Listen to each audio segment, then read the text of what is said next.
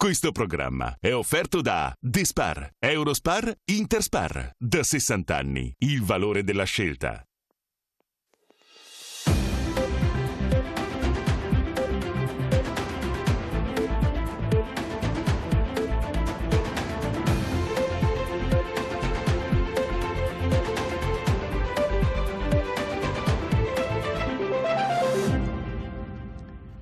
Buonasera, bentrovati, Primus Inter Pares, appuntamento del lunedì, mercoledì, gruppo TV7, ovviamente come di consueto siamo in diretta anche sulla pagina Facebook, quindi potete fare delle domande, tutto quello che desiderate, oppure potete telefonare o mandare i messaggi, i numeri che vedete in sovraimpressione. Ovviamente queste puntate sono state dedicate tutte al coronavirus che sembra si stia attenuando, speriamo che continui su questa sintonia che passi anche velocemente e dunque che non ritorni come tutti dicono, però questa sera non tratteremo la tematica, che se vi daremo ovviamente i numeri per quanto riguarda i numeri della giornata, come di altri consueto il governatore Zaia, però avete il titolo tutti contro Zaia, non gli ospiti, però ovviamente visto che tra poco, non si sa quando, si presume a settembre ci dovrebbero essere le elezioni per quanto riguarda il governatore del Veneto, ovviamente questa sera parleremo ovviamente chi sono i candidati che lo affronteranno in questa battaglia, dove partiranno leggermente, dico leggermente, ma sfavoriti. Ne parleremo, quindi voi di consueto potete mandare messaggi o telefonare. Tutto questo con Fabrizio Boron, lo presento, lo ringrazio ovviamente, non vi do le cariche che avete, però vi dico la parte politica che siete, con Zaia Presidente, grazie a Fabrizio Boron. Poi abbiamo Simone Borilla, Movimento 5 Stelle, grazie. Abbiamo Luigi Alessandro Visato, al Partito Democratico, segretario regionale. Attendiamo, sta arrivando Arturo Legioni, che è il candidato al Presidente della Regione del Veneto che vogliamo. Allora andiamo subito da Elisabetta, perché abbiamo già il primo collegamento. Saluto prima Elisabetta, buonasera Elisabetta. Saluto a te Giorgio, do il benvenuto ai nostri ospiti e a chi ci segue da casa ricordo i numeri per poter partecipare alla trasmissione. Possono telefonarci allo 049 80 777 53 oppure possono scriverci sms al numero 345 3341 171. Bene, diamo subito i numeri della giornata, come dicevo prima, a Denis Maran. Buonasera Denis. Buonasera anche da parte mia. Cominciamo con i dati nazionali, li vedete: 237.290 casi totali, attualmente positivi 25.909 persone, guariti 640 in più, quindi 177.010 e 26 nuovi decessi, dato più basso dalla fine di febbraio, per un totale di 34.371. Andiamo a vedere velocemente anche i dati relativi al Veneto, dove qui i casi totali sono 19.217, 744 gli attualmente positivi, i ricoverati 269 in area non critica, 2 in meno, 1 in meno invece in terapia intensiva, attualmente sono 12, i dimessi 3.502, quindi 4 in più nell'ultima giornata, i decessi totali sono 1.982 in Veneto, quindi 4 in più nel corso dell'ultima giornata. E insomma Giorgio, per fare un po' per ricapitolare velocemente quanto ci siamo detti, il dato importante di giornata è quello relativo ai decessi nazionali. Vediamo se riusciamo di nuovo a vedere la grafica nazionale. I decessi sono nell'ultima giornata 26 e quindi è il dato più basso dalla fine di febbraio. I numeri stanno migliorando. È arrivato anche Arturo Lorenzoni, candidato Presidente della Regione del Veneto che vogliamo. Buonasera Lorenzoni, grazie di essere con noi. Allora abbiamo subito collegato per fare un attimino il punto della situazione, e lo ringrazio perché ha poco tempo a disposizione, perché deve concludere le pagine del giornale. Abbiamo Paolo Possamai, che è il direttore dei quotidiani del Veneto del gruppo GEDI. Buonasera Possamai, vediamo se riusciamo a vedere. Buonasera, come sempre grazie direttore di essere a nostra disposizione. Allora, do subito a lei la parola perché so che ha poco tempo a disposizione, quindi lo ringraziamo noi di TV7 e ovviamente la tematica l'ha visto, abbiamo messo tutti contro Zaia perché non si sa quando, dovrebbe essere a settembre, il governatore vorrebbe addirittura entro il mese di luglio, dovrebbero esserci queste votazioni per quanto riguarda il governatore del Veneto. Come vede questa situazione? Tutti contro Zaia, se tutti assieme magari riusciranno a sconfiggere Zaia, oppure è una battaglia che non avrà battaglia, una guerra che non avrà una battaglia, insomma. Direttore.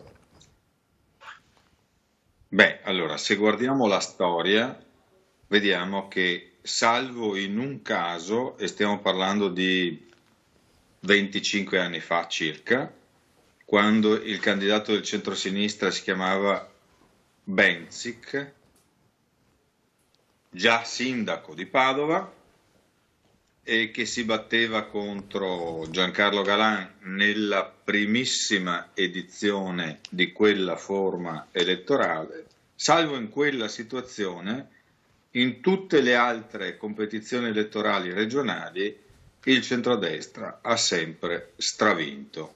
Questo è un punto saldo sul quale direi che la storia non richiede particolari interpretazioni. Questa è la storia.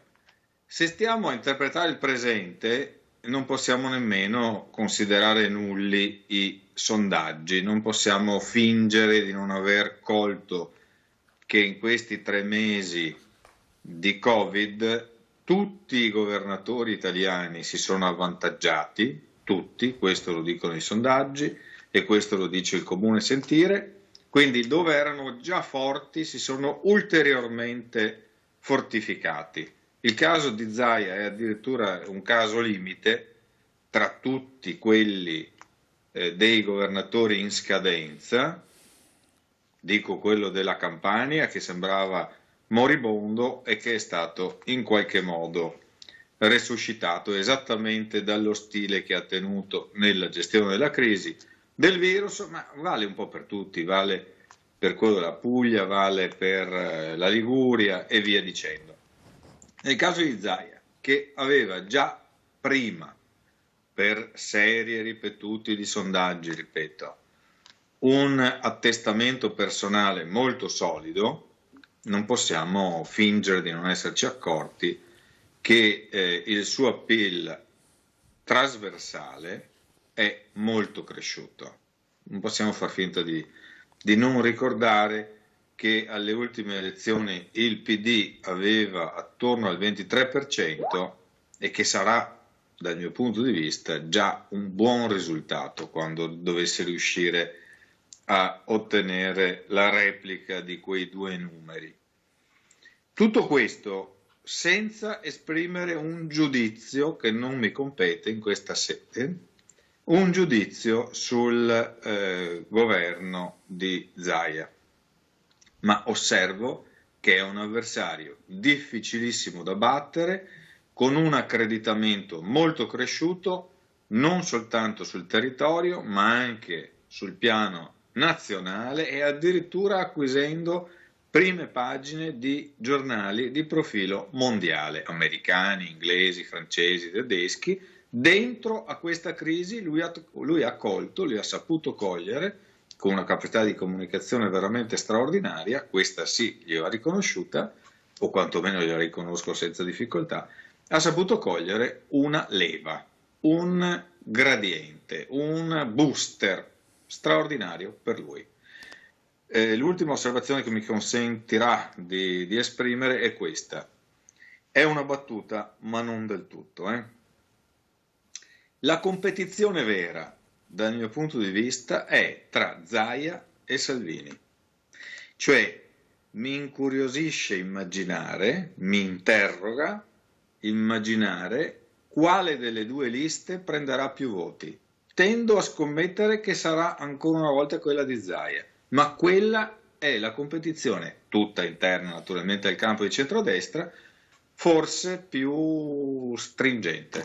Questa è una provocazione, ma devo dire che penso che non andrò tanto lontano dai fatti. Direttore, da provocazione a provocazione dico, quindi facciamo un ragionamento tipo provocazione col beneficio di inventario: se Luca Zaia si candidasse senza la Lega alle spalle vincerebbe ugualmente in Veneto oggi. Mi sembra di capire, di dedurre e anche poter dire che potrebbe essere che così. Come capita con il sindaco di Belluno, che senza il Partito Democratico è riuscito a vincere e diventare sindaco di Belluno senza il partito alle spalle, oggi Zaia è talmente forte che anche senza la Lega potrebbe vincere ugualmente? È una domanda, direttore? No, questo davvero è presumere troppo della sua forza. Io dico che mi sembra probabile che i voti della lista Zaia rischino addirittura di essere doppi di quelli della Lega, ma immaginare che lui riesca da solo a prendere tutti i consensi necessari per governare senza Lega oltre che senza Forza Italia e senza Fratelli d'Italia, questo mi sembra veramente un'ipotesi estrema e francamente poco plausibile. Direttore, prima di congedarla, perché so che è impegnato, Arturo Lorenzoni, lei è il candidato principale del governatore Zaia. Ha sentito cosa ha detto il direttore Possamai? È una battaglia impari oggi, cioè una battaglia che la vede già sconfitto in partenza. Si sente già sconfitto in partenza oppure no? Lei pensa di poter avere qualche argomento da poter competere con Luca Zaia? No, sconfitto in partenza non avrebbe senso, non avrei accettato di correre la partita. È vero, sottolineava bene il direttore, che in 3 mesi è cambiato completamente l'indice di gradimento, la capacità di Luca Zaia di proporsi al... Scusi, abbiamo messo il nome della regia sbagliato, ecco, lo cambia subito, prego. Sono Lorenzoni, scanso di equivoci. La cambiamo subito, chiediamo venia. Succede in diretta, anche questo ci perdona. Ma questo è il bello, no? Perfetto. Per cui io dico, è possibile che nei prossimi 3 mesi cambino ancora profondamente le cose? Dobbiamo essere pronti con una proposta alternativa. A me non piace il titolo che avete dato, se posso dire, tutti contro Zaia. A me non interessa andare contro Zaia. È un modo di enfatizzare un attimino tutti contro Zaia, sì, nel senso che i candidati che poi io sottomano, che poi andremo a citarli perché ho presentato Possamai, che è Enrico Cappelletti del Movimento 5 Stelle, Carlo Costantini di Veneto Verde, Antonio Guadagnini del Partito dei Veneti, ovviamente sono tutti contro Zaia in questo senso. Ecco, il progetto a cui sto lavorando io è un progetto per andare oltre Zaia, cioè per girare pagina, per dare una prospettiva nuova al Veneto, e io credo che ne abbia bisogno, perché al di là delle prime pagine dei giornali internazionali, acquisite grazie al supporto forte di Andrea Crisanti, che è riuscito a fare la differenza nella gestione dell'emergenza, e Luca Zaia è stato bravo a dare fiducia ai tecnici giusti. Ecco, però al di là di questo, di questa capacità comunicativa, io credo che la nostra regione abbia bisogno di una spinta diversa, di una spinta che vada a costruire nuovamente nelle infrastrutture, nel sociale, nell'ambiente, temi su cui vedo... Quindi la vede come una battaglia aperta, Lorenzoni? Ma certamente, io vedo come la costruzione di un'alternativa necessaria. Poi ce la giocheremo alle urne. Poi veniamo non è un caso che Luca Zaia voglia votare domani. È l'unico in Italia che sta spingendo, che ha fatto accessi agli atti in Parlamento per votare prima possibile. Vuole passare all'incasso di questa grandissima visibilità che ha avuto. E io credo invece che poter lasciare, diciamo così, fermare l'acqua dell'emergenza e fare un ragionamento non tanto sull'emergenza, ma sull'ordinarietà di cui ha bisogno questa regione, possa aprire degli scenari interessanti. Bisato, voi del partito avete appoggiate ovviamente Arturo Lorenzoni.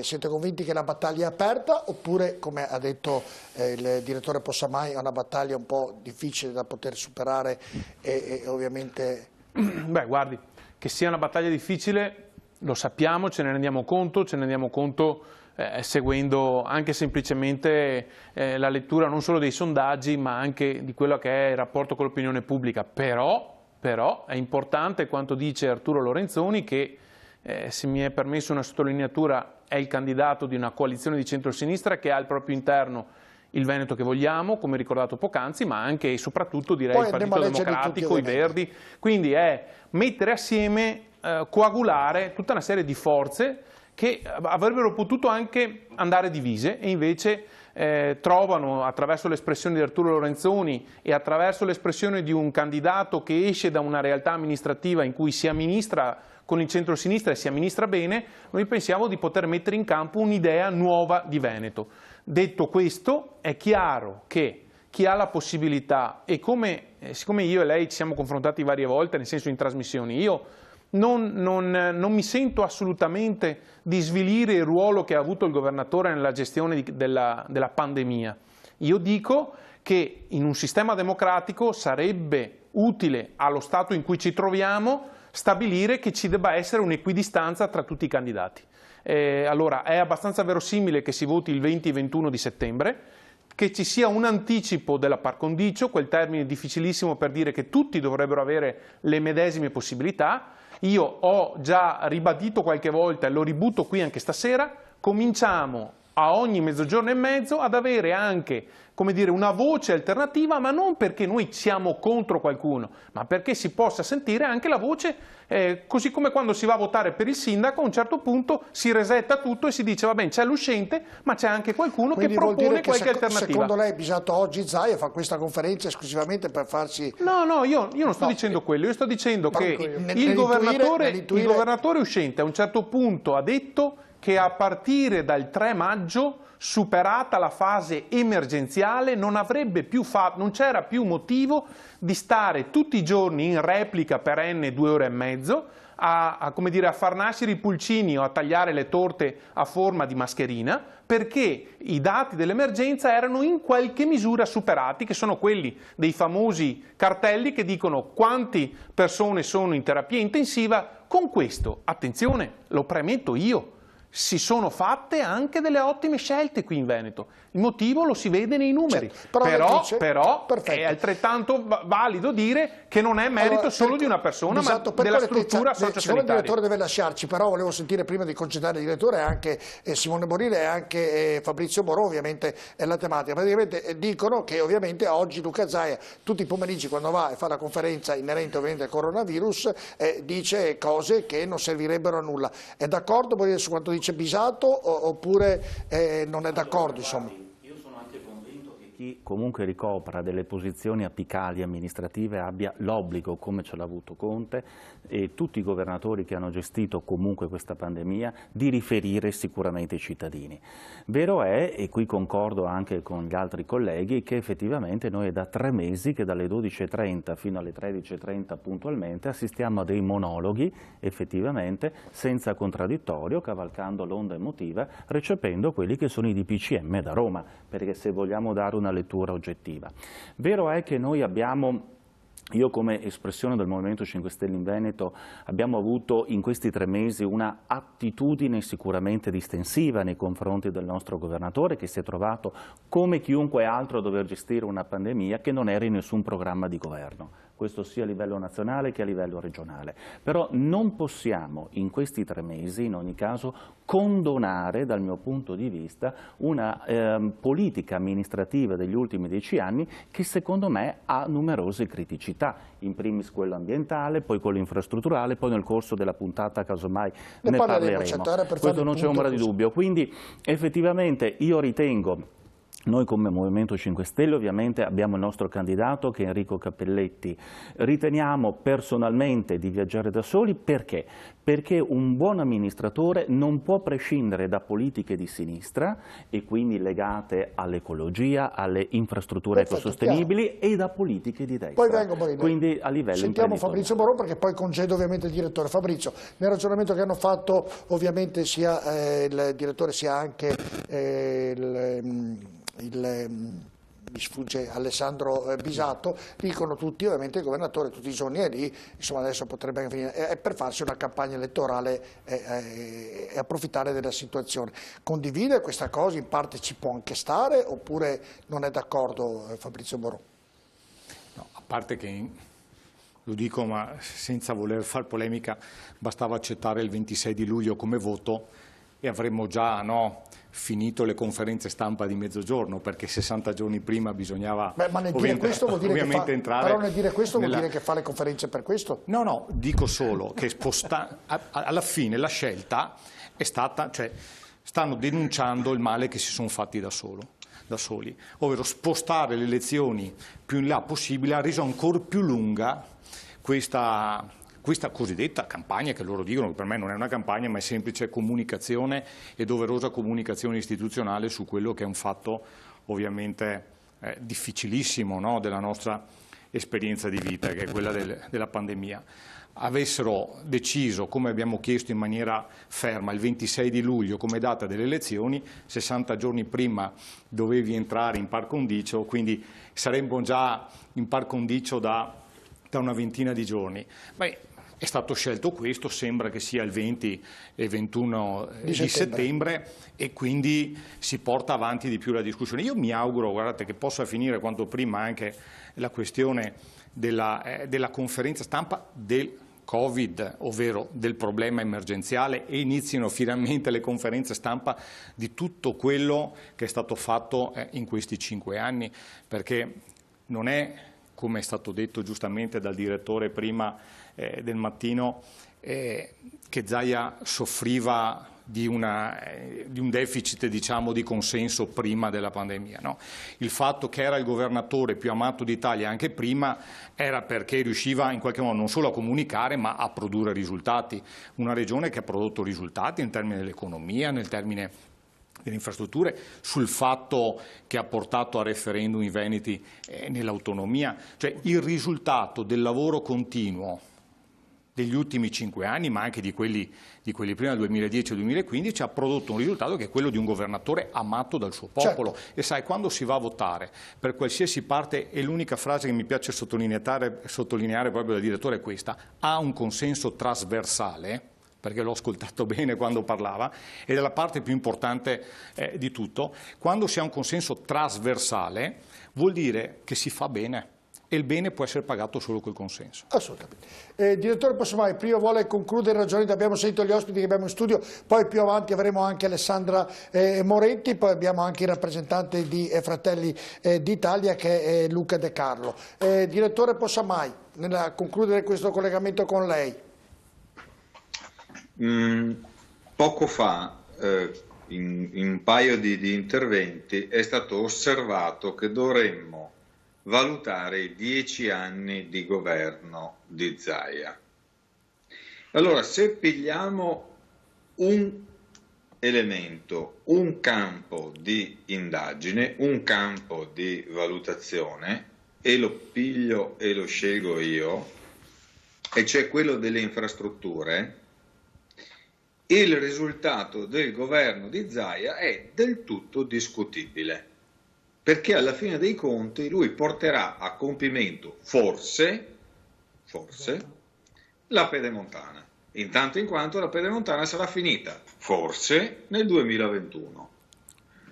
Non abbiamo battuto un chiodo sul treno veloce, non abbiamo battuto un chiodo sulla ferrovia metropolitana regionale, non abbiamo battuto un chiodo sulle strade statali, anzi le abbiamo restituite all'ANAS. Cito questi capitoli per dire che l'azione di governo di Zaia di questi 10 anni, se vogliamo analizzare una partita molto concreta, molto solida come le infrastrutture, è molto discutibile.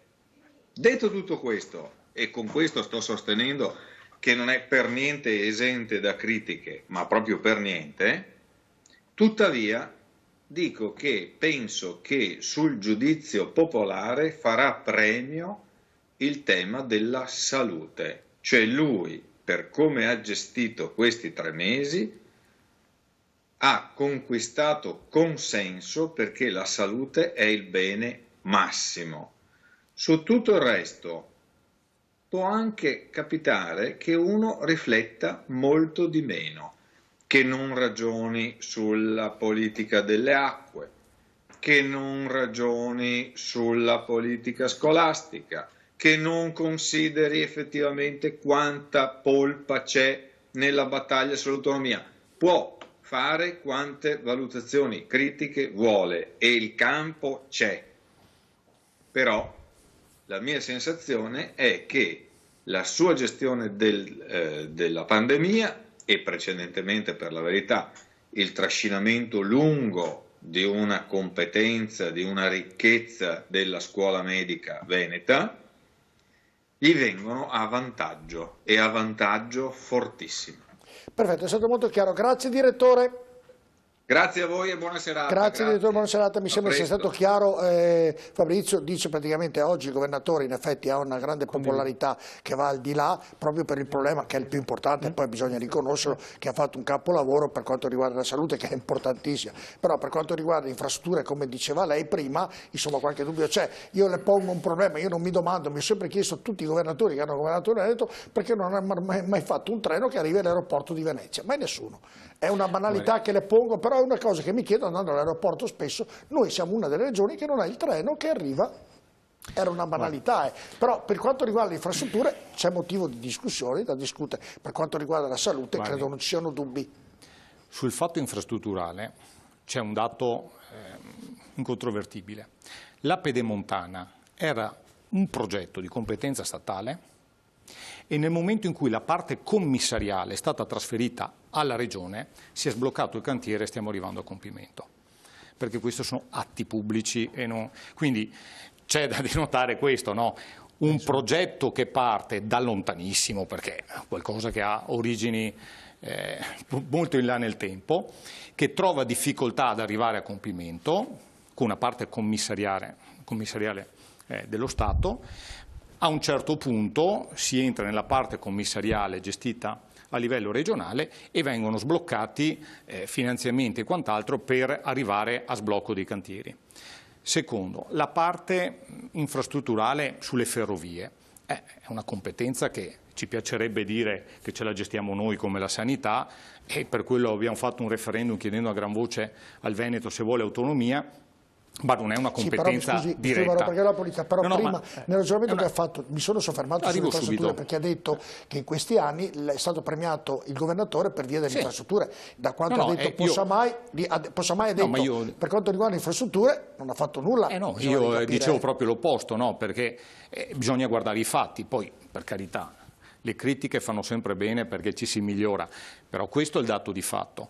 Dove c'è materia autonomia, c'è materia di competenza della Regione in maniera forte, come la sanità, che è l'unica materia vera di competenza regionale al 95%, è una materia diciamo di stampo federalista, riesce a produrre risultati che non sono solo quelli dell'emergenza, perché l'emergenza la riesce a fronteggiare nel modo in cui è stato fatto, proprio perché c'è un percorso di costruzione di un sistema sanitario che viene ad esempio negli ultimi 5 anni con le riforme che portano a poter intervenire. Bene, dateci l'autonomia, prendiamoci l'autonomia e riusciremo a produrre gli stessi risultati anche su tutte le altre materie. Io sto solo dicendo quello che ha detto il direttore Possamai, io non discuto, siamo inutili sulla sanità, siamo tutti d'accordo che il governatore ha fatto un capolavoro. E bisogna ringraziarlo da noi veneti, perché può decidere. Gli operatori sociosanitari, ha fatto ha eliminato le liste d'attesa. Poi aspettate, può decidere, poi vi lascio parlare a tutti. Era del concetto che ha detto il direttore.